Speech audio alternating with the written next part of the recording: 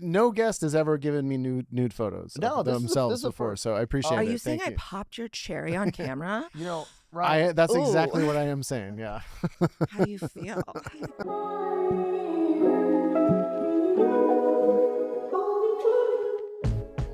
What's going on with the drama with your podcast? So what's your podcast? We have Ryan Keely here. Hello, Ryan everybody. Keely. Thank you for Thank coming. you so much for being here. Well, so I'm dealing with an issue right now where I've been going as America's favorite stepmom for the past since 2016. Yeah, we want to talk about that. And I have had the URL America's Favorite Stepmom since 2018, which is links to all of my studio work. So if you know that I've shot for Brazzers, but you want to throw me a few bucks, go through americasfavoritestepmom.com and I'll get that affiliate revenue. Okay, all right. So I've had this up for years and years and years. Earlier this year, I find out another new performer is starting to use the tag America's Favorite Stepmom. Oh, come on. For shame. Which is really dumb because I made that joke in 2016. Yeah. You know, like it's not the joke that I would have come into the industry on now. Right. But also, you know, it's been an ongoing joke among MILF performers. My friend Jelena Jensen, she was everyone's favorite stepmom. Cherie DeVille is the internet's favorite stepmom. So there's plenty of ways that you can be a great stepmom. Right. But the fact that she's coming for America's favorite stepmom and pitched herself to a journalist who had just written the article, How Ryan Keely Became America's Favorite Stepmom. Shout out to our boy Zachary Zane over at Boy Slut. Literally 2 weeks later, pitched herself the same article concept to this journalist. Feels pretty pointed. And I'm just like, okay. I was like, this is weird. You know, I let her old publicist know, and I was like, hey, you should probably knock it off. Like, this is kind of right. I don't want to make a big deal about it, but like, people watch my content with, you know, one hand in their pants. Like, they're not firing on all sick, you know. Yeah. They're not using their smart brain. And like, we are both blondes with big tits who are over the age of 35. So this could be very confusing for people. And I'm like, am I really going to have like a fight about America's favorite stepmom? Because this girl apparently so. And so then I discovered that not only is she using America's Favorite Stepmom, which I've been using since 2016. Like, come on. Like, okay. She also named herself after another porn performer. Oh, can you say it? No. Yeah. Yeah. Oh, who? Oh, today's the day I chose violence. So okay. So good. buckle up, Thank God. Thank God. Buckle up. We have come to play. Her name is Taylor Vixen, but she spells it with 2 X's. Okay. That's interesting because I was a Penthouse Pet in 2009. The Penthouse Pet of the year that year was Taylor Vixen with 1 X. So I'm like, so you're coming into porn and now you're Taylor Vixen. Stealing 2 names. From the same class. You're also stealing a tag name. Yeah. Like, what? And here? So she is in adult entertainment. Yeah. So she knows exactly what she's doing. This is all by design. I have reached out to both her agents and I think 2 of her publicists. She keeps going through publicists and agents. Yeah. But I keep reaching out to them being like, hey, just so you know, like, I really don't want to have to make like copyright. Like, I don't want to have to send like a cease and desist. Like, this is a really dumb thing to get in a fight about. Yeah. She'll take it down off of her website and then I'll like 2 weeks later someone will text me like, it's back up on our Instagram. And I'm like, are you serious? But I noticed, I was looking at your Instagram last night, and so you have your name trademarked, though. Ryan Keely? So Ryan Keely is trademarked. Is trademarked. America's Favorite Stepmom is not trademarked. Whoops. So no. I guess not. Why would I need... Right. I never imagined this situation has come up. There's been enough favorite stepmoms to go around. No one else has had this issue until now. Yeah. And I'm like, be California's favorite stepmom. Be the galaxy's favorite stepmom. Like... Your stepmom's favorite stepmom. Yeah. Oh. Yeah. Now that's a genre. Great. That's a little meta, yeah. I would love to do more MILF on MILF video shoots. So There you go. Taylor Vixen with 2 X's. There you go. I sent her previous publicist like a list of other alternate tag names that she could use for her brand because she's coming from corporate America, which I'm not. Like, so I can't pull that like business lady card. And I'm like, I would pull from the thing that's more organic to your story and like not stepping on anyone's toes. But whatever. What do I know about this industry I've been in for what's the dawn of time? But what's the whole thing with the stepmom? I was thinking about this. So here's the thing. Like, for me, that's not really a fantasy that is it's no one. Because I'm like, I have a stepmom. I'm like, I'm good. I don't need to go there. Like, and we were discussing, like, I would actually much prefer like to have sex with like my friend's mom. or My friend's Hot Mom is yes. a Naughty America site. I have shot for it several times. Right. Go to americasfavoritestepmom.com. It's there. I also have a couple of those sites available through my OnlyFans, Right. RyanKeely.com. But yeah, no, my friend's Hot Mom is definitely a website. I have 3 theories on why faux cest became a genre. Okay. The number one theory is, this is actually the reason, is credit card processing.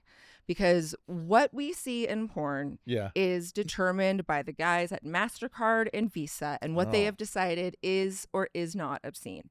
If you are familiar with Larry Flint's Fight for Our First Amendment Rights. I've seen the movie, yeah. Mm-hmm. Great movie. There's a point in it where obscenity is never actually defined. Like, it's like, you know it when you see it. Right. And the thing is that laxity of like, what is obscene, what is a community standard, allows these third parties to come in and say that like, oh, well, we can't show menstrual blood in pornography because that's obscene. And as a proud fan of the Red Wings, not the hockey team, I think that that's BS.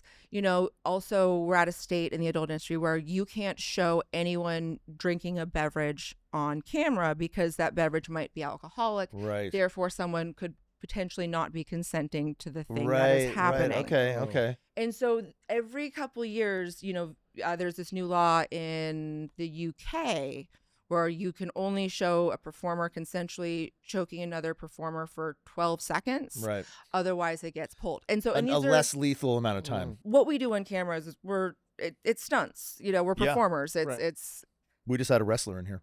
I know. I saw. I got very excited. I love wrestling. So it's these guys, these nerds at these credit card companies, fucking nerds, who keep being like, oh well, we can't show that. Like, oh well, we can't show that. Oh, well, we can't show that. But what this is like a humans workaround. Find exciting about sex is frequently the transgressiveness of it and the tabooness of it. Yeah. And so many of what people find exciting is doing something a little bit naughty.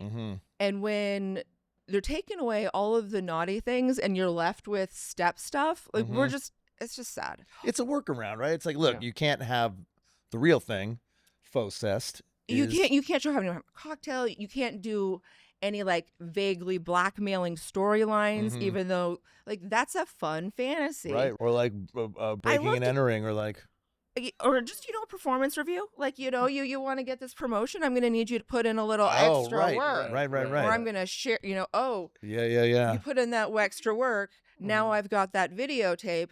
Now you need to fuck me and Barbara in HR, right. Or we're going to tell the boss.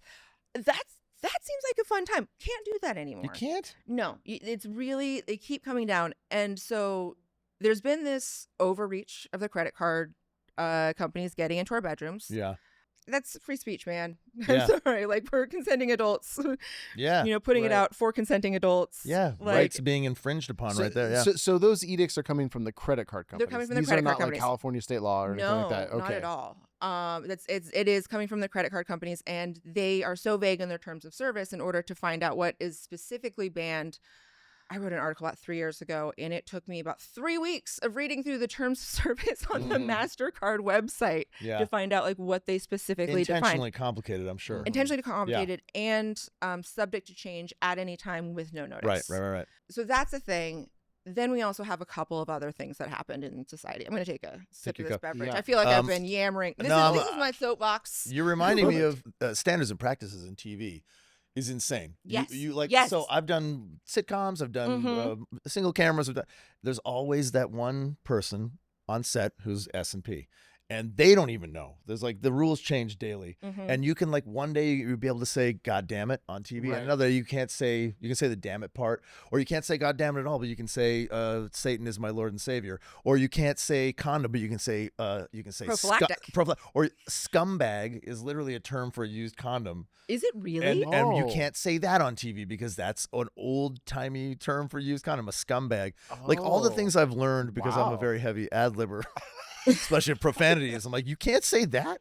It feels very intentionally impermanent, so that they can change the rules all the time. Yes. Yeah. And that is a feature, not a bug. You know what we can't show anymore? Are you familiar with the band The Cramps? Yeah. They have a great song, Bikini Girls with Machine Guns. Yeah, I know the Cramps. Yeah. Who doesn't love Bikini Girls with Machine Guns? We can't now show that. I had an entire photo set pulled down. I wasn't even nude. I was topless with me with a vintage rifle. Right. Just taking pictures in a garage. And Not even a machine gun. Not even a machine gun, just like, and Visa was like, we're going to close down your website forever, ma'am. Like, how dare you? I had no idea How it dare was you? like The obscenity. Visa. And I'm like, I've also got a lot of other stuff on there that I think is more offensive. Yeah. Like, That's confusing at okay. best. Yeah, it's Like, dumb. Yeah. But then we've also got Game of Thrones. Yeah. Which big fans of incest in Game of Thrones. Yeah, Just and eunuchs and they're glamorizing it. yeah.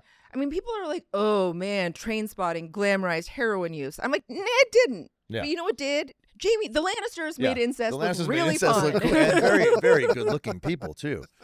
Yeah, man. With that, we had Star Wars. Yeah, Luke and Leia. No one in porn wants to be shooting step porn. I can tell you that right now. Every day we get to set, and I'm like, God, I wish I could just have sex with someone my own age that was just like, I don't know, my neighbor. Right. Like right, maybe right. I needed That's some a laundry fun quarters. fantasy.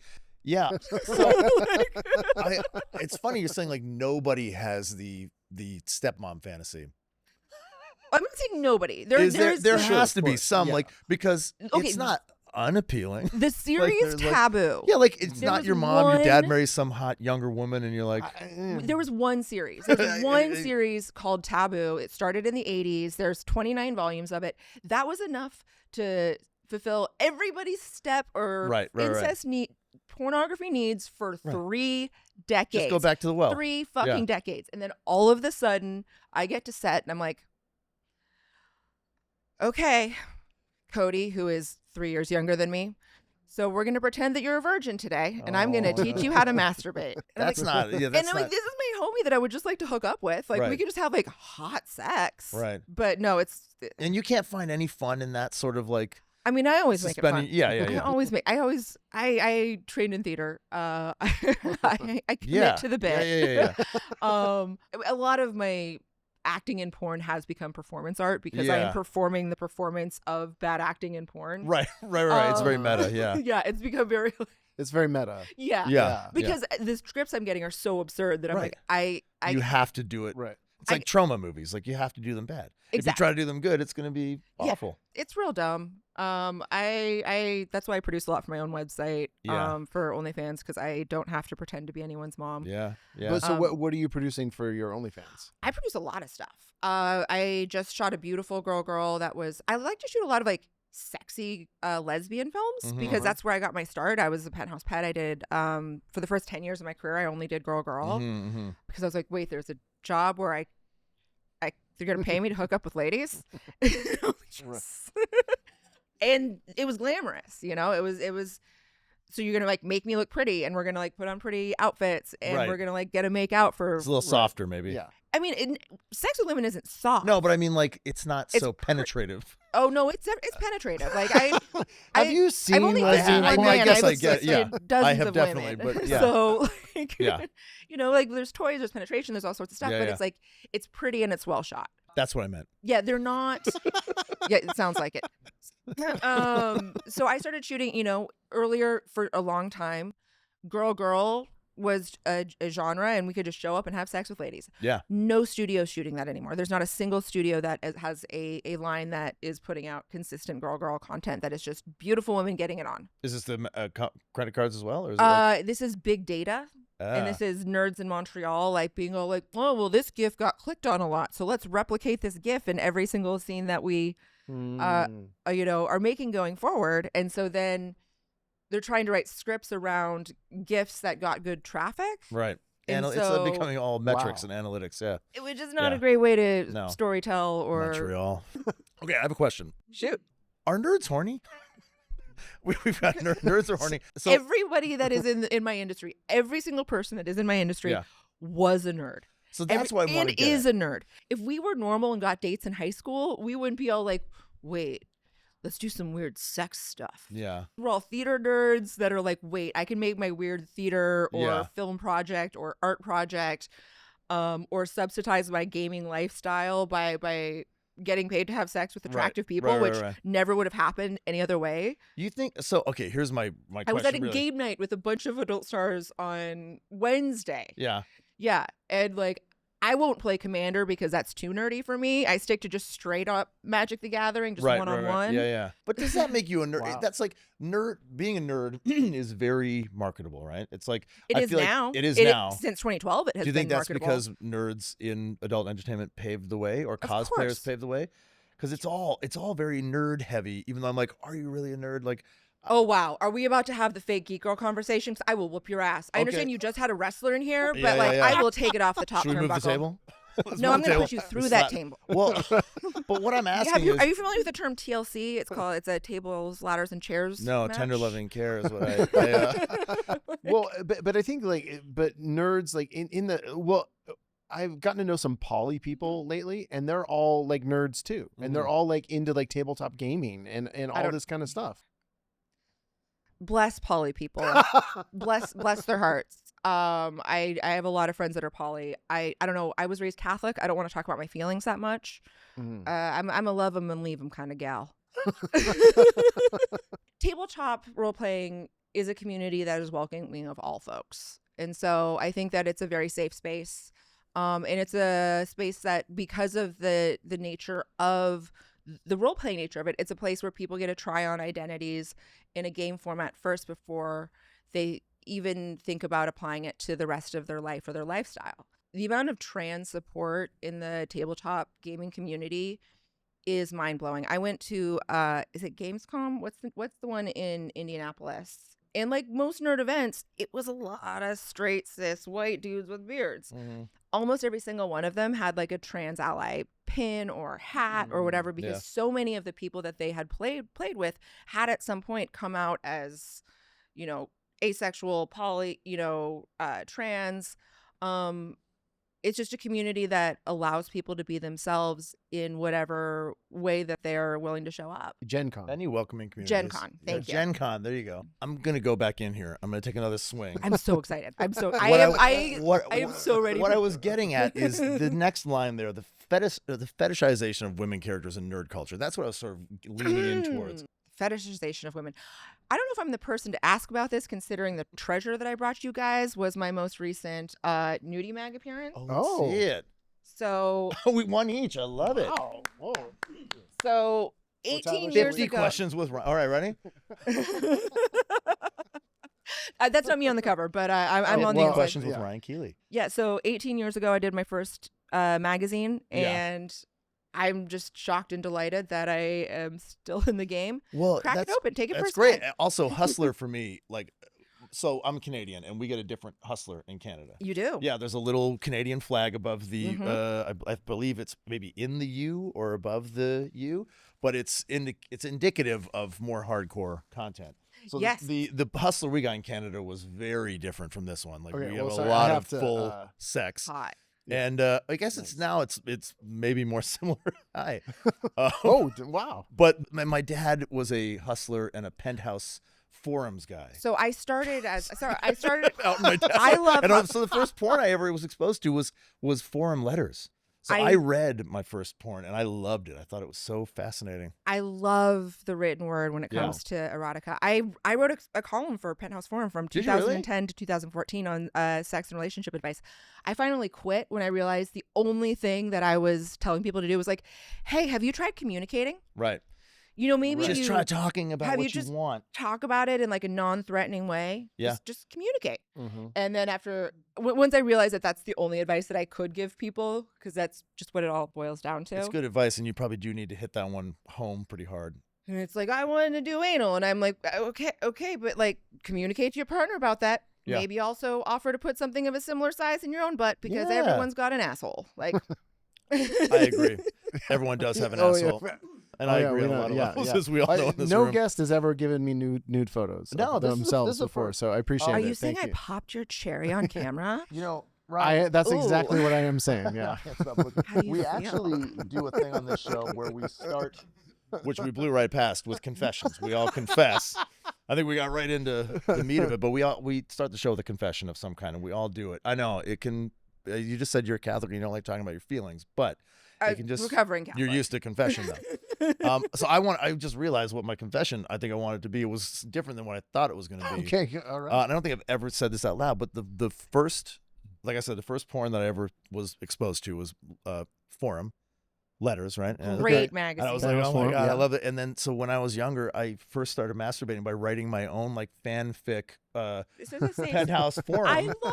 And then I would like masturbate to my own written fantasy. No, Yeah, that's and sometimes I would draw incredible. pictures too, but that was like later. But yeah, my first masturbatory experience was writing porn Talk about fanfic. it. A plus, like, above and beyond, like really putting in the work and Thank really, you. really spending the time to think about like what are your desires. Yeah, and to like write Wow. it out felt like, even at that age, I was like 10.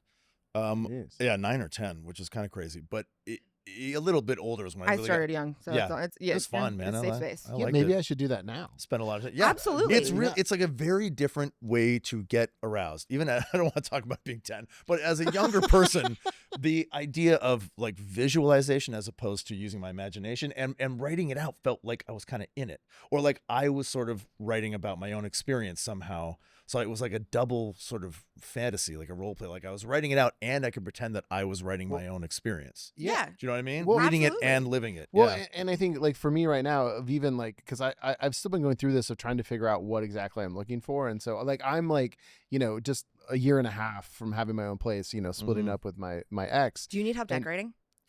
A little bit, yeah. Okay, yeah. because let me tell you what women over 40 are into. Mm. Interior design. Oh, If that's you want to good. give me yeah. like the most satisfying experience, can I come Right. over and move your furniture? Can I move your couch? Well, maybe, but like yeah, for real. but just even in terms of like outside of a relationship, but what am I interested in, like having sex? It's like, Yeah. you know, what do you want to do? What are fantasies? Because it's like none of that has. It's just like everything is open right now, right? Mhm. Because I don't have a partner, I don't have anything, and so it's like maybe doing that exercise of like, well, writing down what would I think is Being actually just intentional, erotic. yeah. It's Yeah, pretty hot. Like write Yeah. a story. Write a fantasy Right. story and maybe even Right. put yourself in the lead. You know what I mean? And like, right. Well, yeah, well, on my podcast. right. That's where it could start. Yeah, And that's I where it's- drove home with a raging erection, and I, you know, yeah, you get all the hot words in Forum. I was like, that's where I learned all the most descriptive, fun, Right. juicy sex words, man. You know what? I've got a word for the class. Oh, I please. learned a very fun new sex-related word. Nope, I gotta look at it. I I like anything that starts with conclusive, concave, convection. Concupiscent. Concupiscent. Yeah. Concupiscent? Concupiscent. Can we get a little dictionary def? Let me use it in a sentence Okay. first. Yeah. This comes from book 18 in the Master and Commander series, or the Aubrey and Maturin series. Okay. Vile, concupiscent, waste thrift whoremonger, which is just a Concupiscent, vile, concupiscent. Say that? waste thrift. Waste thrift. Waste Oh, thrift. like WASTE, not WAIST, like waste thrift, not like a thin No, like waste as in waste, wasteful. like wasteful. Yeah, waste Yeah. thrift. Whoremonger? Yeah, they're speaking of a sailor. Yeah. It sounds Yeah. very of a time. Very nautical. Concupiscent. Oh, what a good word! Like fun to say. Intensely lustful, sensual, or having an Strongly- ardent, Oh. uncontrollable desire for someone or something. That's me. Yeah. I'm concupiscent. Strongly. I'm a very concupiscent person. My concupiscence is runs amok. Yeah, but I mean, writing out your desires, it's hard knowing what you want. For me, I have a hard time knowing what I want sexually because I perform sexual fantasies of other people. Right. So, Did that get kind of conflated at some point? Like you don't really know what's. well, it's impossible to date Mm. being over 40 in LA as a woman. Like, it's just hard. You know, performing sexuality has made it very hard for me to like, what do I actually like? What do I Mhm, actually mhm. enjoy? And having a sex life that is mostly sober, on camera, in the bright lights of day with consenting adults, that we have like a checklist that you go through beforehand, Mhm. means that out in the real world, I don't know what to do. I went Right. to a sex party, and this is like one of those very exclusive sex parties, like super fancy, you know, like it makes eyes wide shut look kind of shabby, TBH. I love those. So I'm like at this sex party, and you know, I'm single, and I'm like, this is fun. I'm there with some of my friends, and I realize that people having sex around me clicks me into work mode because of what I do for a living. And so all of a sudden I'm like, I need to like network and be sober.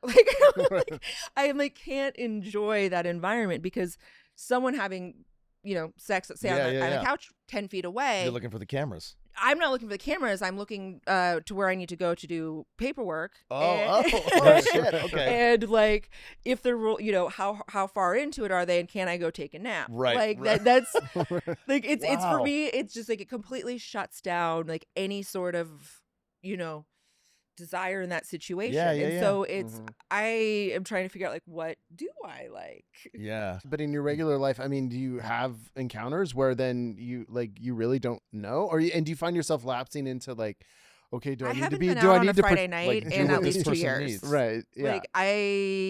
Like it is impossible to date. The baggage that comes with my career, the amount of emotional work that I have to do to get someone to be all like okay with dating a sex worker and treating them like a human person with respect is so challenging. But it's hard on the ego. Who do you find is more fragile, males? It's hard on my fucking females? ego, man. I'm like, how am I supposed? I play some hot bitch on the internet and I can't get anyone to date me? Are you kidding me? Yeah. Like it's tough. See, I've thought about that a lot. Of like if I don't want to put it like, could I date someone in the sex work? But it's like, I've thought about it because why wouldn't you? I think it feels very fragile to not be able to, but I've never been in that situation.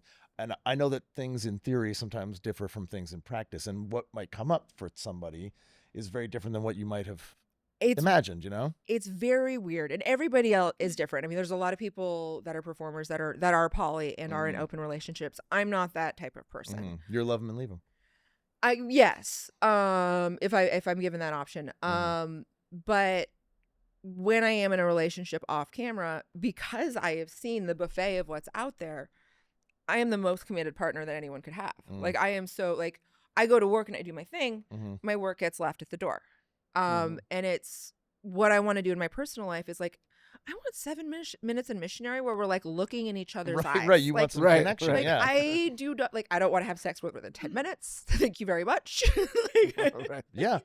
I want it to be intimate. I want there to be making out. I don't, I still like the lingerie. The lingerie is always. Well, there can be sexy elements for sure, but like the connectivity. So like we're both divorced guys. I'm aware. I did read what this podcast was about. Right. After my divorce, I felt like I was totally, I had closed up shop. I didn't know what sexually I was, what I wanted. I repressed a lot of things. I didn't know. And then I went out into the world and started dating. I'm with a wonderful partner now, but like the like bravery it took to actually like say what I wanted, which had been hidden forever, was like, it was crazy. But then the awakening that I had once I was able to find someone, and I realized like once I got, because I'm a very kinky person, but once I got the kink out there, I realized that you're the bottom, an actor? Yeah. Yeah. Okay. Yeah, we're all kinky. But at the bottom of all of it, kids are all perverts. Yeah. But at the very base of all of it, I found after it all was connection. Yeah. Like I don't want to just get it on. I don't want to just have kink. It has to be with someone that I really care about and that I have a connection with. And yeah, looking in their eyes or having like a moment of romance and love and connection, and then safety and freedom, like it all goes together. And I didn't know that my whole life. I think I had fetishized in a different way. I had put my own desires in a closet where I couldn't talk about them since I was 9, apparently. I think one of the reasons I also have not been out on a Friday night in forever is that when I go out and I go to parties, I always get cornered by someone who are like, I need to tell you about this really kinky thing that I'm into and I'm afraid to tell anyone about. And I'm like, because they was assumed. And I'm like, that is the least kinky thing I've ever heard. I'm like, why did we do 3 tequila shots and quarantine me in a bathroom? Right. Yeah. I'm like, I think people are afraid of it's a very puritanical country we live in. I mean, North America in general. It's a puritanical world. It is misogynistic. It's misogynistic. I can't even say patriarchal, puritanical, misogyny, all of the whorephobic. It's really fucked up how women are treated the world over and how we're subjugated and how we're not treated as human. Yeah. In so many different ways. And I think that of course is going to come into our sex lives because it's women being sexual is so threatening. It's terrifying. Yeah.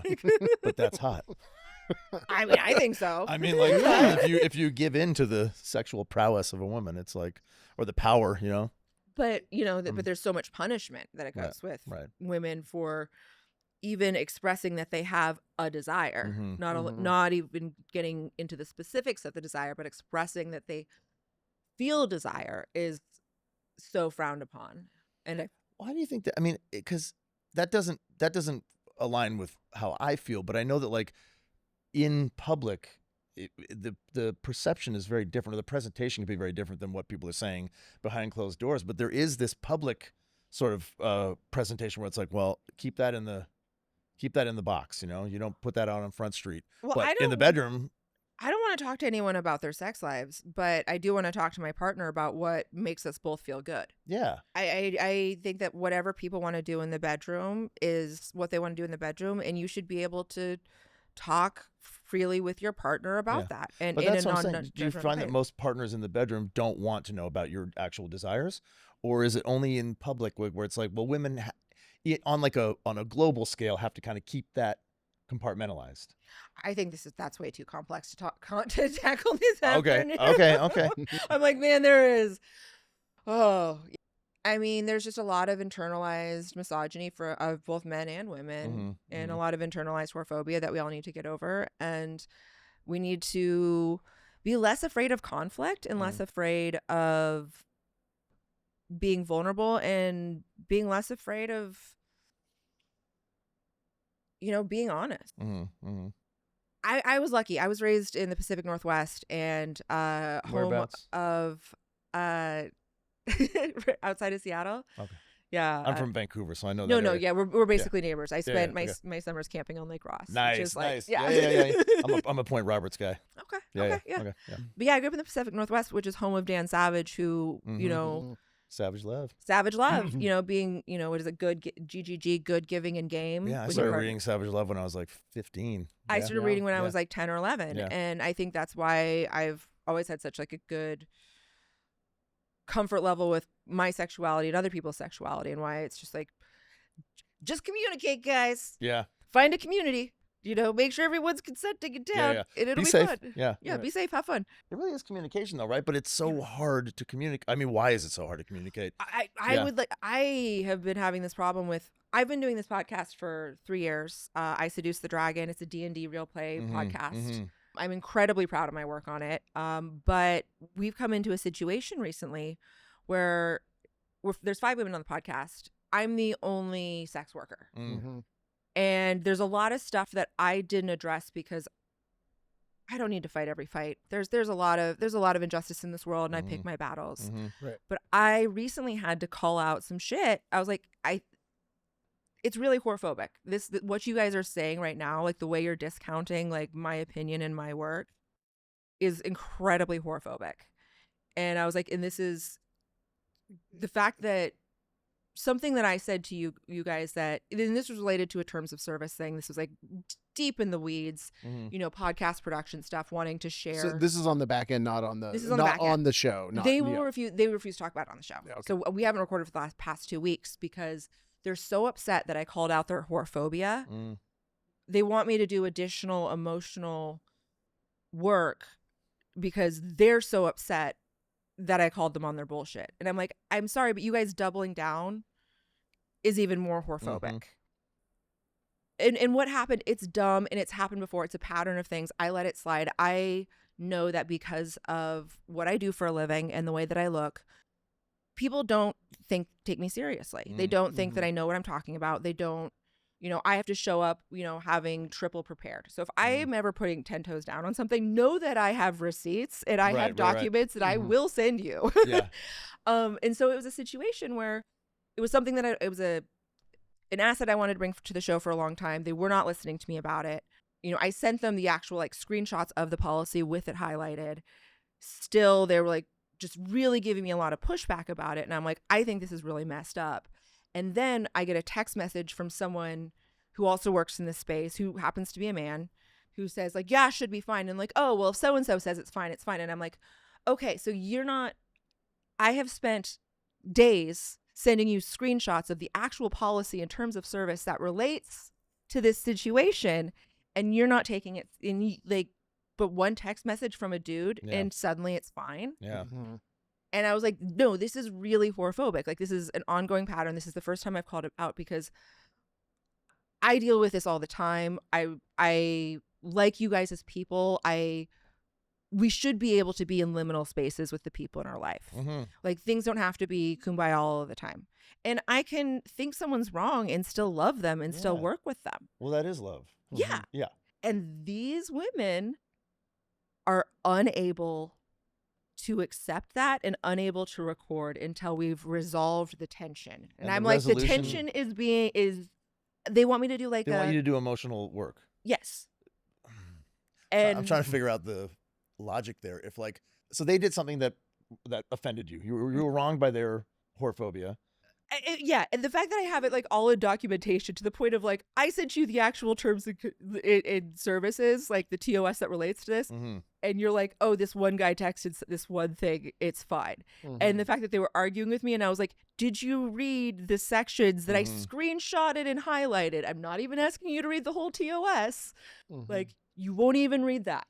That's just fundamental mistrust, right? They're just like at base level, they're like, I don't trust you. And this happens all the time. And so I very rarely like put my feet down on this because I understand my level of expertise and what it takes to actually do my job. Most people don't understand the back end of what I do. Sure. Most people don't understand that I spend most of my time reading terms of service and dealing with you know, protecting my content, dealing with copyright, you know, protecting my content from people stealing my content and my identity. And so I spend so much of my, you know, knowing what assets I can reproduce and show on a platform because I use third-party platforms to sell all of the content that I produce.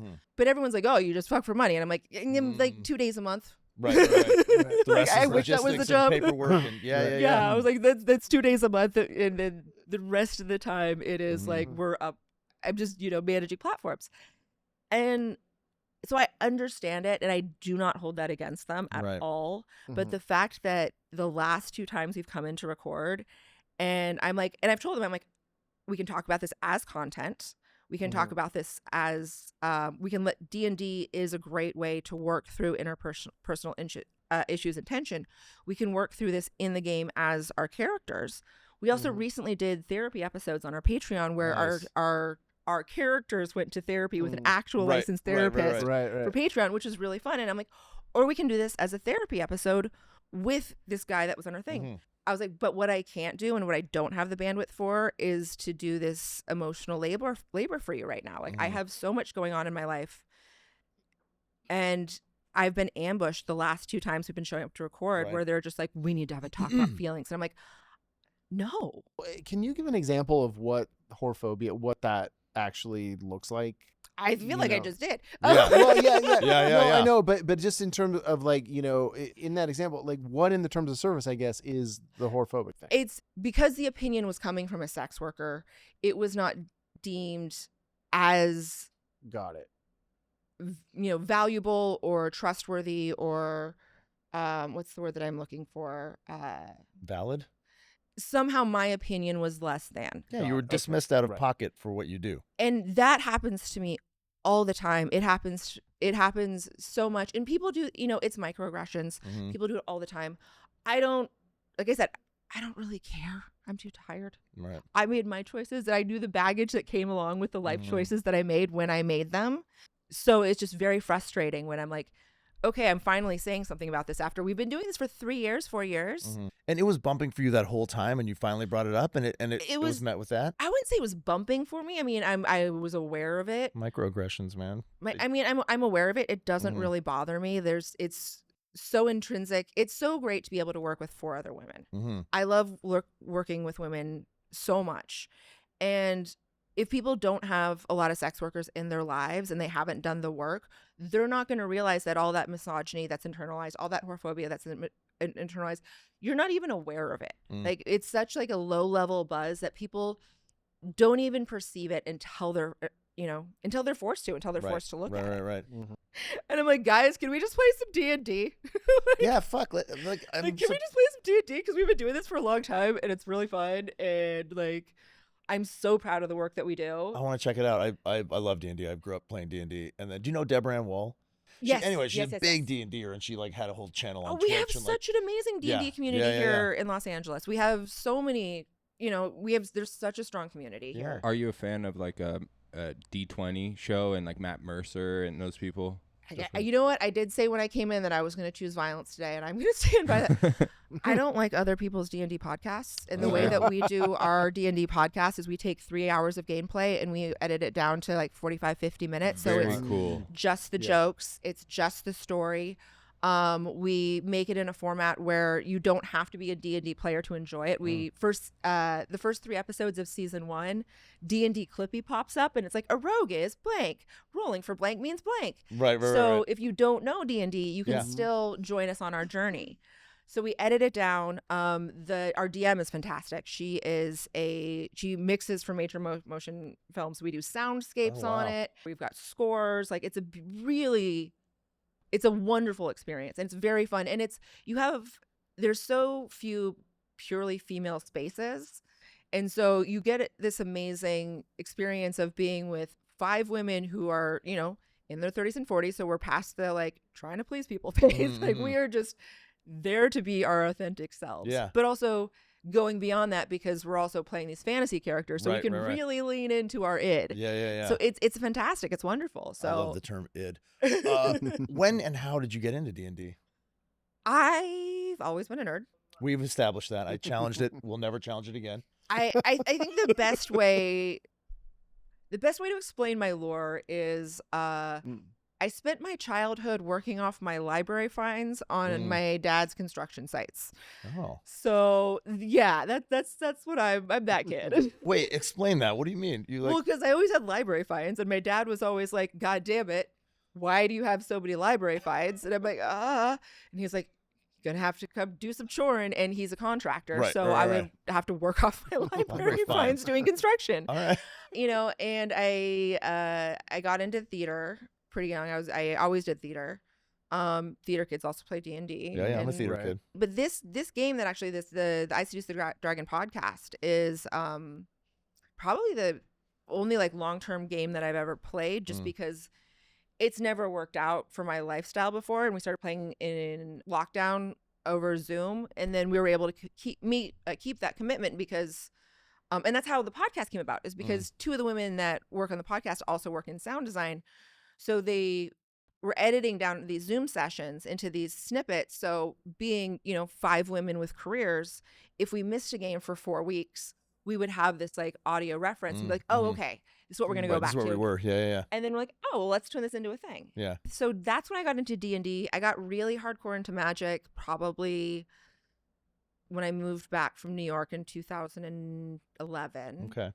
But I've always been a reader. Yeah. I read about 2 books a week, 3 books a week. One of those is an audiobook, so some people don't count that. I do. I count it. It's fine. Yeah. Graphic novels. Like I've just always been a reader. Nice. I live for the library. Yeah. Honestly, the reason that I didn't get more into D&D earlier is because it conflicted with the after-school theater program. Oh, sure. So when they were playing, I had to go be fall of the spot. And what grabbed you about D&D or Magic? Like, is it the role playing? Is it the? Role playing I love just because my training was in improv and Shakespeare. Well, improv, not Shakespeare for me. Yeah. But yeah. I did some Shakespeare, but not well. So obviously I'm gonna love. I love fantasy worlds. I love reading. I love exploring a space, man. Let's explore the space Discovery. together. Yeah. Magic, I like the social aspect of it because, and I love the art on the cards. I've never played Magic. I don't know it at all. It is so complicated. Yeah. You want to break your brain? Because I would love to. I don't. It's broken already. Same. Yeah. But you can just read the directions on each card. I like that it's overly complicated. It scratches. It makes your brain work hard. Yeah. I like Magic because it forces you to be social. And so many of my nerd activities are things that I do by myself.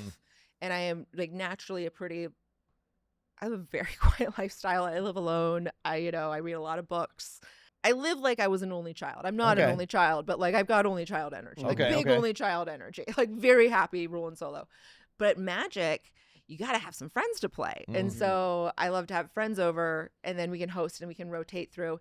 And instead of just trying to chat in, a big group, which can cause a lot of anxiety, it gives us something to do with our hands. And it gives us something to talk about. So we're not on our phones. We don't have to be drinking. I get that. It's like You hold the cards it's a the whole time? complimentary distraction. Yeah. Yeah. I like to think of it as each player's a magician and their deck is their book of spells that they use to battle. Okay. Yeah. Artifacts. What color do you play most? Have you seen my videos? I'm not picking. I want to Okay. taste the rainbow. Shit. I accidentally got super into blue, but that's only because I had some friends that were sponsored by Magic. They just had like boxes and boxes of cards. And they were, I was getting into it. They were, cleaning out their collections because Magic cards are like tribbles. They just Right. And so they were like, we're not playing blue. Blue is stupid. Da da da da da. Blue players are the worst. And so they gave me just stacks and stacks and stacks of blue cards. And so I built these decks that were just really powerful, really great blue decks. And then I had to quit playing with blue decks because people don't want to play with you if you play blue. For the I don't uninformed, understand that. blue, I'm blue a is little like a very counter color, right? Like you Blue's can my counter control. spell. Yeah, exactly. So you cast a creature or a spell, a blue player will have a return that to your hand right away type cards. Oh, You know? okay, So you okay. just, it stops So they're not everything fun. Blue is not fun to play with. It depends on who you are. if you're playing it. Oh no, I like playing It's blue. fun. I have a great red black Minotaur deck that plays great against Classic. blue. Black I think is a little overused. Personally, I think that I like blue because I think that it's a little. We're not We're nerding well, out we're over getting here. into the weeds. No, I'm not a big green- it's really fun seeing how the difference between what we were talking about earlier in the podcast to you talking about Magic and D&D, like you're just lit up.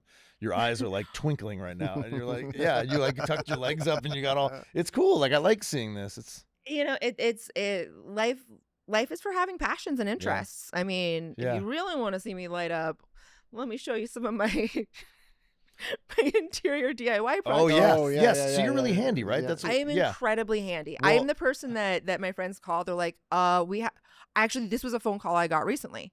I had some friends that are moving. They had a flat screen on the wall. They're like, 7 dudes haven't been able to get this flat screen off the wall. And I was like, hold on. Get it off the wall. Yeah, so it had been installed when they bought Yeah. it from Best Buy or whatever. Yeah. The guys had installed Geek it. Squad came or whatever. Came yeah. over and installed it. They're trying to move. No one, and it's a big, beautiful flat screen. It's no one can get it off the wall. They're like 7 straight men haven't been able to get this off the wall. And I'm like, oh, let me clear out my afternoon. I literally canceled meetings.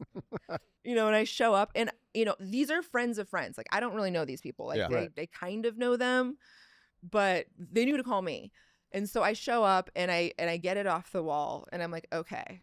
It wasn't that hard. I pulled out my compact with my Yeah, man. flashlight, and I figured out how it was attached. I'm like, that's one of my favorite things to do is install and uninstall my own flat screens. It's like, it's just a thing. I feel like it's a necessary skill, man. Me and a box of Oh. IKEA. If Oh. anyone assembles a couch without me, I assume it's an assault on our Do yourself a friendship. favor. Order a couch from Lovesack. They come delivered in like 30 boxes, and you have to put every piece together. You have to put They don't- every. It's not just the big squishy ones anymore. Oh no, those are the like beanbag chairs. But I ordered like a big sectional from them, and it took me like 3 days to put together. But I fucking loved it. I mean, it's the best. Very It's the- complicated, It's but yeah, the yeah, absolute yeah. best. It's so satisfying. I've been figuring out how to do drywall mud recently, Okay. and I want to figure Wow. out plastering. All right, so see, my DIY ends at where like the tools are included. I have like tools and I can do shit, but like, do you have like power tools and you fabricate things and can you? I don't like, fabricate things. I don't have the space to. Could you fabricate build a things. spice rack? Easily? Okay, that's Oh, way out of my easily. realm. Yeah, I mean, like, What are you, stupid? Well, of course I I'm- can. Yes. yeah. How many drills do you guys own? Like 7. Yeah. That's a lie. You're I know. lying. Yeah, No. Terrible he's actor. got This zero. guy's an actor. I have a hammer drill for concrete. Okay. yeah. Actually, the fact that you know what that is. Yeah. Because What's your saw situation? Well, I have a jigsaw. I have a table Oh. saw. You have a table saw? Sorry, I have a circular saw, not a table saw. I want a circular spot. I don't have the space You for it. don't? I live in a very small condo, so You I'm have to kinda have an limited. outdoor area to use your circular saw. Yeah. I've got a sawzall. What's a sawzall? It Oh, a saws all. I love it. I love it. That's very commanding. I like that. I know. Uh, I kind of want to just do a show that's like Yeah. sawzall. I have tools that Does I it don't saw? use that often that I bought for like one job. Like I bought my bike got my lock got I Yeah. lost, so I bought one of those big circular like bolt cutter saws where it's like you put the diamond plate on it, and it was really hell satisfying. And I've only used it twice in my life, but you have it. And I pull it out often, like maybe I can use this to, and then there's no reason to use it. But yeah, I have a new tool right now. I'm like, what is the thing that I have been trying to fix everything with? not the Sawzall. Not the Sawzall. The Sawzall, that's 2 birthdays ago. So Right. So we have sawed all. You have saw it all. Yeah, now you're on the newer you saw frontiers. it all, yeah. and now you saw it all. I mean, I've been loving my saw it all. my laser. I have the you laser level. Yeah. Which I've been putting up. I had terrible can lighting in my my living space, and so I've been putting up paneling to cover it. Yeah. That laser level. That shit's got to be straight, man. That's got to be level. It's so hot. Yeah, I don't have a laser level, but I remember my first stud I got finder. one for Christmas. Yeah, my first stud finder. I was like, Jules. what? This is magical. And the jokes that you can make. Yes. When the day that I bring out the stud finder, no one wants to be around me because I'm just like, found it right here. Weird. My stud finder isn't going off at all. This explains so much about your dating life. Yeah. You should be a dad. You should definitely be a dad. I am Tim Allen with tits. Yeah. I do have a mug that says, "Can't. I've got plans in the garage." Oh, yeah. So this is like a maybe more of a hobby than D&D, or is this more like? This is a lifelong passion. This is a calling. But if the industry keeps going this way, I'm probably gonna have to go get a contractor's license. I was gonna say you should have a task rabbit. Yeah, you don't have to have any should date accreditation you because I'm not handy at all, and so it would be like the love yin and connection. the yang. Right here? I'm terrible at dating, but I would love to. I would really. When I say that I would love to arrange your apartment to make it more pleasure informed. I really got that vibe. Here's that what I'm you actually picturing: wanna you do it. come up to Ojai. You you're- rearrange his apartment. Can we make You content? take her to one of the cool restaurants in Ojai and show her how like popular you are in Ojai. You're the funny guy. You have a couple drinks, and then you're dating. That's it. I just put you guys together, or you're on a date, at least one. Her face just fell. Her face just completely fell. I was in until I had to. Until the dating part. What about there the was like an outside element with like people and socializing. Oh, right. Okay. So what about just the rearranging of the I want to apartment? go into people's houses and fix their furniture, and I want to teach people about pleasure-informed design, because one of the things that I have learned producing my own content, being a performer, we do a lot of fucking on furniture. Oh yeah. And we we like to make things aesthetic because it has to look good on camera. Yeah. And so if you want to make your place fuckable, you got like not at all right now. My couch could not do that on that. I actually stupid broke piece my of old shit. couch from that, and it was like the arm came off from like pushing against the. So yeah. My bed, I have replaced the crossbar on it 3 times. Okay. Which the length. You're talking about underneath the bar underneath? Yeah. Not the slats. No, the length of the bed. So I've been going to every time that's happened, I've had to go to Anilwalt and specially order the piece of lumber because there's no good lumber yards in Hollywood. Yeah, I guess. Which is weird. You'd think there'd be so much there wood. Has to be, right? Yeah. It's Hollywood. Hollywood. It's in the name. Yeah. No. Well, Ojai. I live right by Ojai Lumber, which is like right down, like literally. So you got to go 2 out. minutes. Did you fix the arm? No, That's couch why you got was, the new couch. Okay, so the couch was kind of a was piece there of shit the couch anyway. jury? Yeah, the couch was kind of a junky couch anyway. And it was my house. It was my place in New York. And when I moved back to Ojai, I was like, get rid of it. Why would you move a New York couch to California? The proportions are all wrong. I didn't. Yeah. That's what I'm saying. I left it.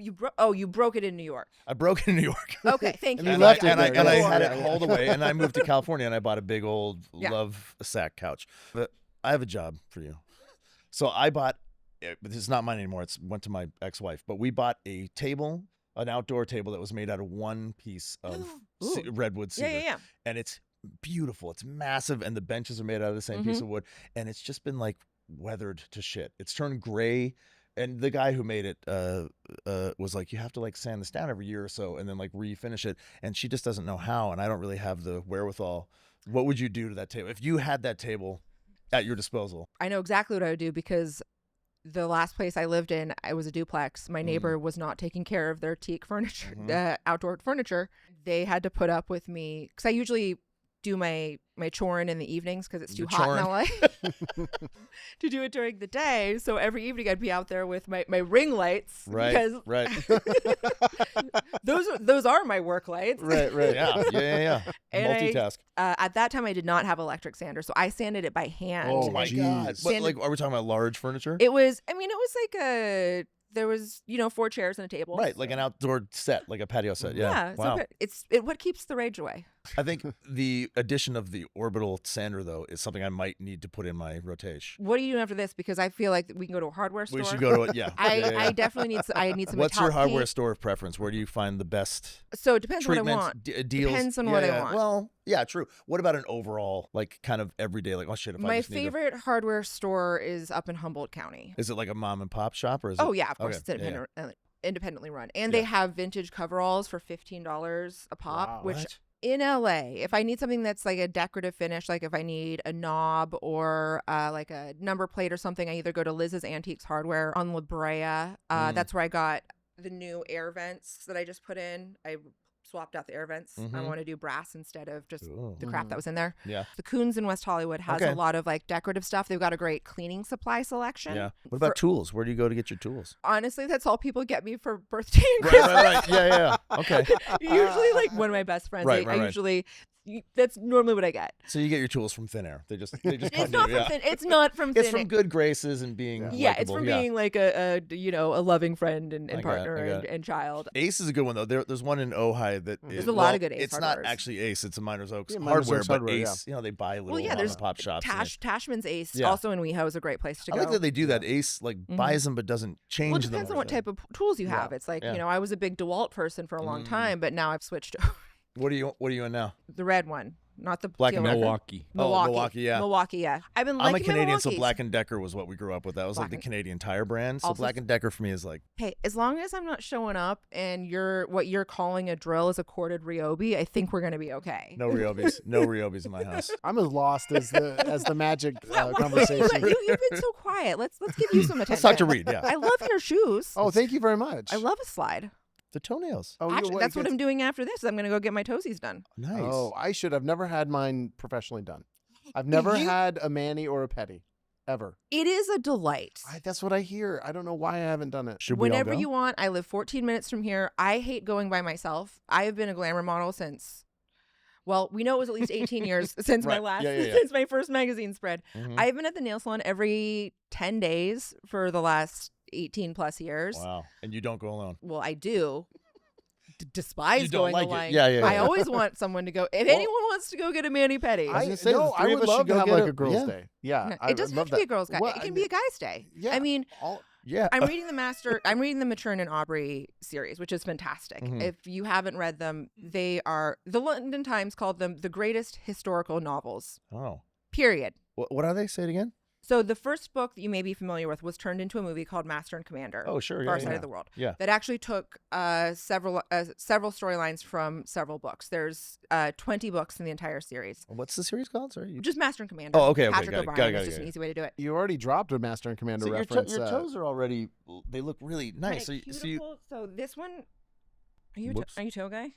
I'm sort of an everything guy. Right? So Yeah. it's kind of here, and the cuticles are a little dry. I see.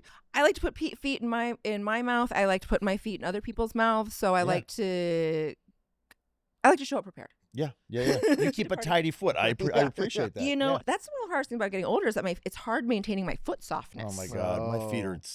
I've Yeah. got my feet are nice. I think I have nice feet, but there are some challenges there. I can't Yeah. bend any of my toes on this foot except for my big toe. Yeah. You can't bend them? I can bend my big toe down about halfway, and the other toes just stay like this. The tendons are so fucked up.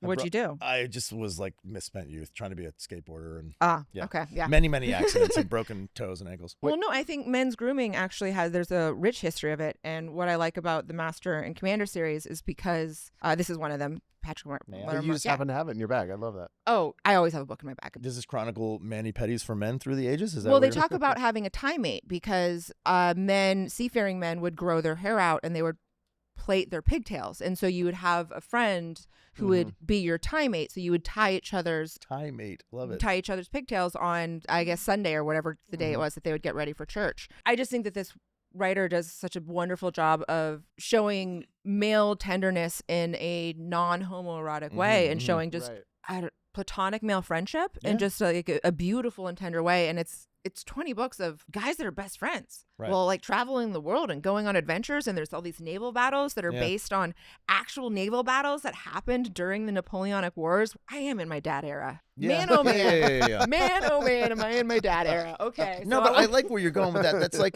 the idea that, yes, that's very detailed chronicling of men, but like what you're picking out of it is like the closeness that men had, and maybe the lack of homophobia that existed in storytelling and men friendships that has kind of there's no toxic, I mean, there's no real toxic masculinity. There's this weird lack of toxic masculinity in but is that partly because are there female characters in these? Yeah, absolutely. Yeah. I can't recommend them enough. And just the turns of phrase are fantastic. Like I knew I was in on this series. Book 1, someone says to somebody like, "Pray do not burden me with your needless solicitude," which is a really really fun way of like being like, "Don't worry about me." Yeah, I'm a word nerd. I love nerds. If you like words, Patrick O'Brien is the way to go. Okay. Yeah, and also to help you gear up for Ren Fair. You guys have any Ren Fair plans? Kind of actually. My partner keeps saying, Martha keeps saying, hell yeah. She's like, I have to take your kids to a Ren Fair, and I'm sort of like, yeah, Ren Fairs are cool. I think I've been to maybe one in my life. They are so much fun. Yeah, but she's not wrong, man. Taking them and getting into the spirit of the thing, I think they would love it. It's a great wander. Yeah. It's, even if you just walk around and look at all of the items on display, you will be delighted. Good eats too, right? You get to eat some good shit at Ren Fairs, I think. Isn't there like Renaissance sort of, I'm thinking of it as like medieval times. Like, do I get to eat a turkey leg with my hands? Yeah. Medieval times we can't fuck with because I will not cross those picket lines. Oh, is there? Yeah, there's staff that do like the actual horse work have been on strike for, I want to say like 3 years now? I could see that. They seem pretty it's really fucked up. Indentured servants, man. Like it does not look fun for them. Yeah, no, they're sleeping in their cars while like managing horses. Yeah, and put like hard work. Work. Yeah. But there is jousting at Ren Fair. Right now, Renaissance Fair I think is starting in LA. We've got 6 weeks of it. Right now? Yeah. Oh shit. Okay, so it's time to like. We're getting into the season. Gear up, man. What do you wear to a Ren Fair? I changed. Well. All right, give me. I have an entire. Okay. Are there pictures of you online wearing Ren Fair stuff? I usually go twice a year so I could have all my outfits. Actually, Dana on the I Seduce the Dragon podcast, she usually volunteers at the archery booth. She does like a different themed costume every episode. She did like a little Bo Peep. Oh, so cute. I went to one when I was like a teenager. I feel like, yeah, like 12 with my parents. Like 12 years old or something. And I remember thinking it was pretty cool, but then I never thought to go back. It didn't stick. Yeah, I know. Like I think it lives in my mind and like because I'm fascinated with like medieval times. That's sort of like growing up. I was like, really? oh my god, castles and pouring hot all that oil stuff and has appeal for me too. Yeah, for sure. I think I would have been a great squire. Have you read anything on the a surf? I would have been a great surf. Yeah. Can we just turn this into like dad talk? So now I'm like, you want to talk about the Plantagenets? I want to talk more tools. Yeah. But I want to say this: the best pedicure I ever had was in Thailand. Okay. And I went to a place where you put your feet in the fish tank with the little fish that eat all the skin off your feet. I'm so weirded out by that, but I also want to do it. I loved it. No one else in my party could do it, and I just it tickled me so good. But did it actually make your feet softer? Well, yeah, because they eat the dry skin. It's the same reason why there's the parasitic relationships between creatures and then the creatures that live on top of them, like rhinoceroses. My feet were the creatures, and the other little creatures were loving eating me. Hey, if you want more concupiscent content such as this, I think I know. I learning new words. I love that. You can check out our Patreon at patreon.com/ILYSM pod. Yeah, we even include definitions, word definitions if you're curious. Yeah, absolutely. And it's ad-free episodes. We get some behind the scenes. Tuesday Tales, some songs of the week. And and we're kind of making some plans here for some stuff. Yeah, tool with a couple things. Yeah, Reed does some stuff. We'll see. Reed does ... Reed does ... That's patreon.com/ILYSM pod. Your support means we can continue the show. Thank you to all of our love bugs. Love you guys. Okay, so here's some. This is his phone case, by the way. It is so this is the first picture I clicked on. Hey man, it was a hot bloomer summer. A hot bloomer summer. Everyone can find my nudes at ryankeely.com, so I don't really care if people Yeah, go I'm through not- my phone. I'm like, I have a magazine right here full of them. Yeah, so I do a different outfit every year. I am in a weird place because for several years I was building up my perfect peasant costume. So it was like I would go and I would get a new piece each year. So like I had the corsets from fetish work, but I was like, oh, I need to get a chemise, or this year I need to get like a French for shirt, by the way. I call them the tater mashers, but like the Oh, yeah, yeah, yeah. the wench, Yeah. the wench vest. Uh-huh. If I do go to a Ren fair with my kids, do you have a good like entry level? Like what would be a good way to like show up to your first Ren fair for my daughter or my kids? Like my daughter or my other two children. How old are your kids? 15, 12, and 9. I always just let them dress like Coachella. Like, I mean, the first time I went, right. after taking some time off, I just did like fairy vibes. I just did a sundress and some wings. Because I was thinking like go there and get the vibe, see if you want to come back, and maybe while you're there, you're like, oh, get some ideas for if we come back, and you gradually kind of. Actually, what you're wearing right now would be a great first time Ren fair outfit because you could add on. Nice. Huzzah! Because you could add on like a cool strap thing, or Right. You'll be inspired. Like, can I wear a sword? Not a real one.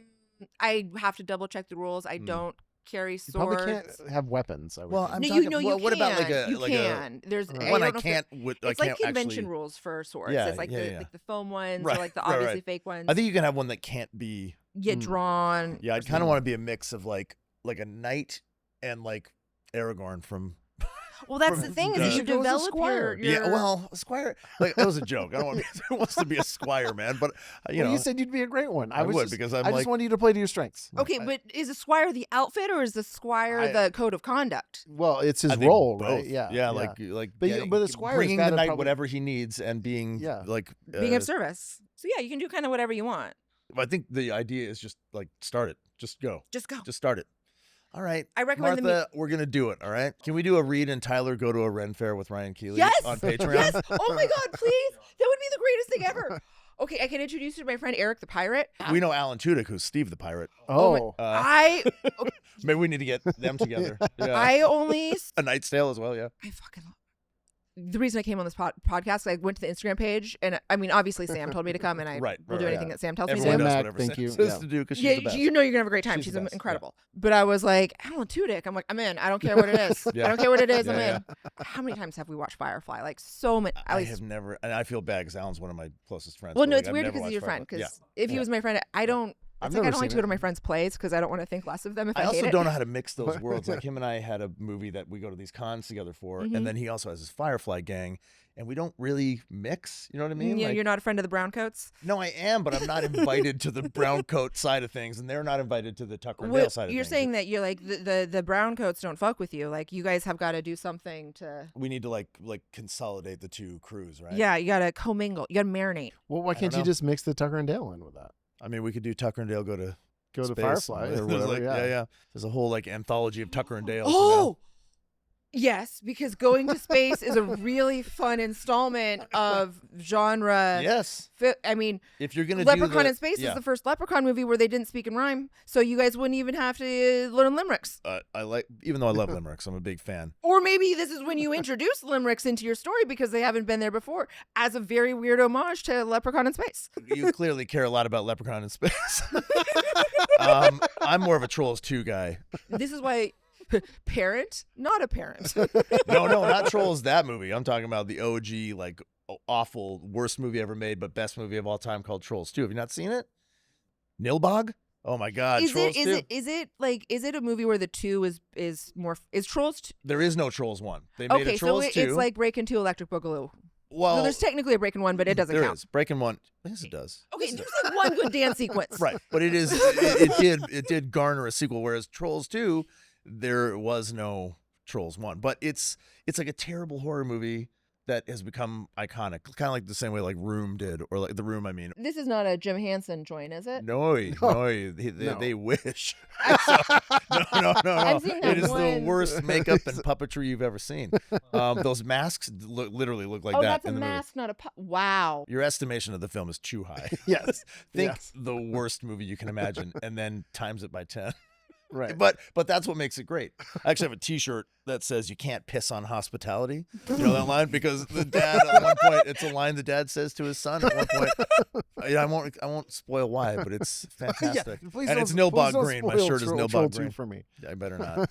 You would be upset if I did. I'm telling you. What would it take for you to watch Trolls 2? An invite from me, probably. Yeah, probably.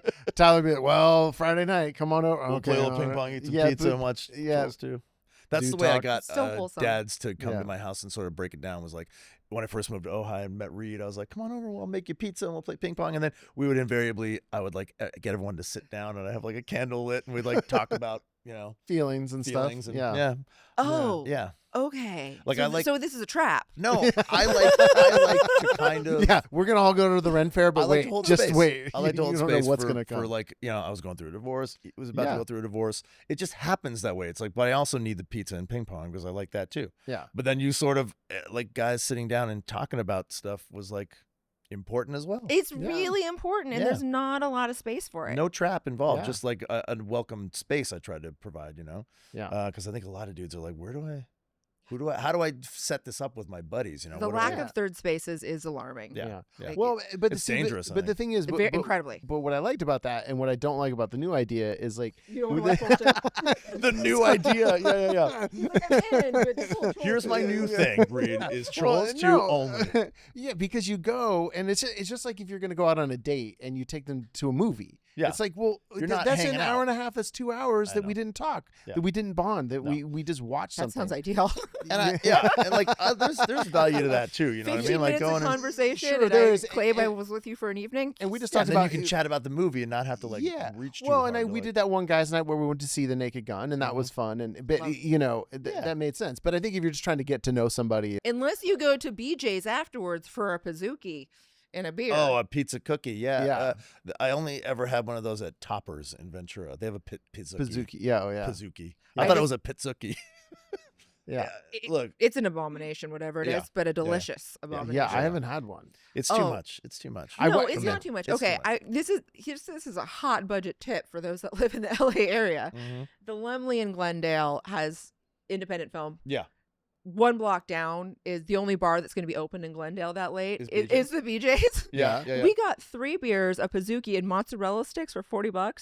And now I'm like, I gotta get back to Glendale, man. Stop Hillian. Patronize that Lemley's, man. Yeah. We'll go get the manicure, and then we'll go to a Rent Fair, and then we'll finish the night at BJ's and Pizookies. This has been so much fun. I am in for any activity. Let's do it. Neither of you confessed to anything. Oh, I will confess. To what level of confession do you want? I mean, it could be from whatever running a red light on the way here to like. You confess to be emotional, more emotional, probably. Or if you have anything that's hard for you to say, we like that. I mean, I did talk about the stuff that's going on with my podcast co-host. Yeah, I feel like they are going to be very mad about me for talking about it, but I was pretty personal. Feel like it's important for people to remember that you can still love people and be in an emotionally liminal space with them. You can also disagree with people vehemently and still love them and still work together. Yeah. Oh, I guess the other thing I want to confess to is squeezy peanut butter has changed my life. Oh. They now make squeezy peanut butter. It comes in a tube. Okay. If it wasn't for peanut butter that I could squeeze out of a tube directly into my mouth, I would be lightheaded a lot more often than I currently am. You need that quick protein hit. But what was squeezy peanut butter before it was in a tube?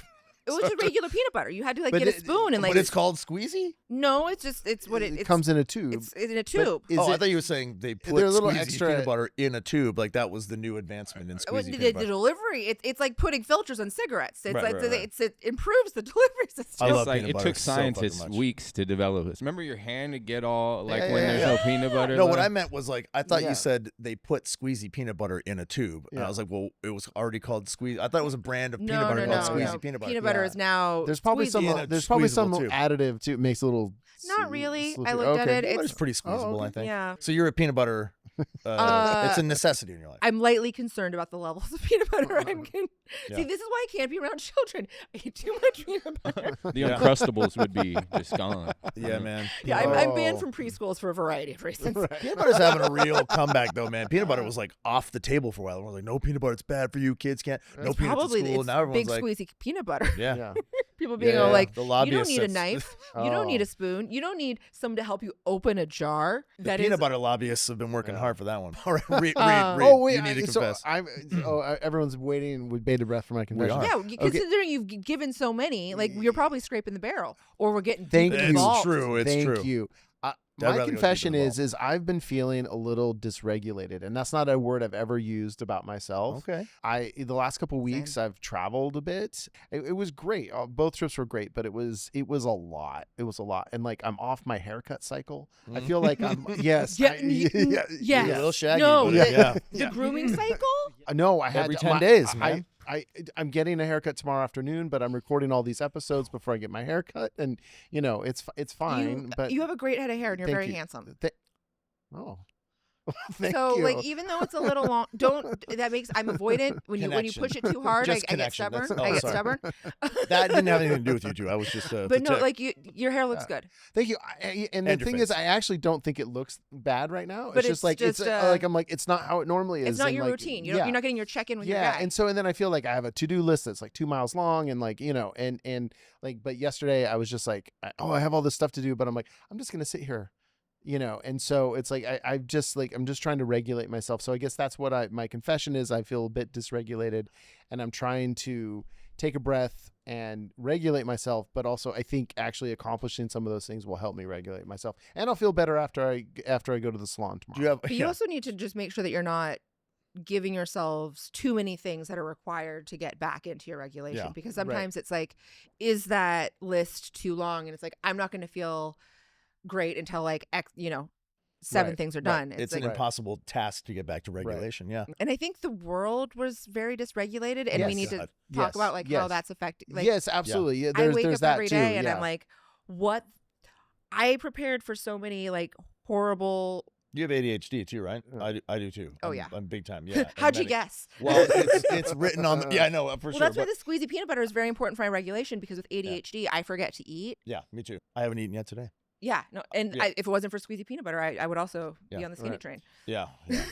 But I also know how like waking up in a fucking melee of shit is. And it's just a melee of shit. And even if you're not engaging with it, it's just the world is. Oh yeah, no, it's everything. It's everything. I thought Transmetropolitan was like out of the box that we were never gonna get there. And then every single sci-fi book that I read growing up, every single graphic novel that was just dystopian futures, we have surpassed in such a different way. I mean, we're already blown past Orwell, right? It's like that happened. Big Brother's already happening. We're being watched. We're all being watched. And it's like, what's next, man? So, I mean, just, you got to be kind to yourself. Yeah. We do talk about like, we're trying to be like the anti-toxic masculinity podcast a little bit, kind of a rebuttal to the manosphere. I would love to come back on and talk about that, because my ex-husband is in that documentary.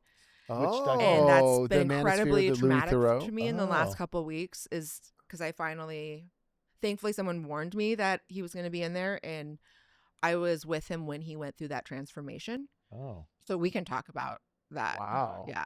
But not today. Okay. We can talk about that on the end. Well, we also just asked the question, the, what do you think masculinity is? What do you think positive masculinity Positive is? masculinity, or masculinity, not the one we were advertised, but true masculinity. Being kind.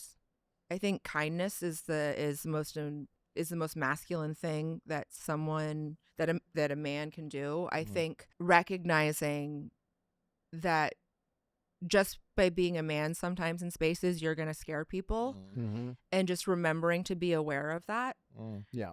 If a woman's walking out late at night, maybe you cross the other side of the street so she doesn't feel threatened. Just be aware. I mean, I think that's what it is just being aware of how your actions affect the world around you. I think is what makes someone, a good man and a good human. Right. Yeah. Making others feel safe around you, I think, in general. Yeah. Just taking a moment to check in and being like, am I doing something? Could I be a better host? Like if the world's my living room, how can I be a better host? Good answer. That's great. No one's ever said that. That's great. Thank you. Yeah. No, it's Perfect. true. Thank you. so much. Thank you guys. Yeah. And When are we hanging out next? I think we have a whole Yeah. list of things we got to organize here, right? And thank you, of course, to everyone watching, everyone listening. this is live? All of our No. all of our No, we can edit. Don't worry. Yeah. And of course, all of our love bugs at our Patreon, patreon.com/ILYSM pod, especially Roblin Regier. We appreciate you, our top tier love bug. Yeah, thank you, Studio 1042. We appreciate you, of course, Awesome as well. as always. And once again, Ryan Keely. And where we want to see nudes of you, where are we going to buy those ethically? RyanKeely.com will drop you right into my OnlyFans. That's where I produce my own original content. I have a new release every week. I love what I do. Please don't make me get a real job at this point. Is this still on shelves too? Yes, this should still February, be on shelves. right? The February issue. I'm really proud of the interview that I did in there. I'm really proud of the photos that I took. Read it. Yeah, I already looked at the photos. I'm going to read the interview. Don't worry. You don't have to read it for the article. All right. Well, thank you, everybody. We love you so much. Thank you so much.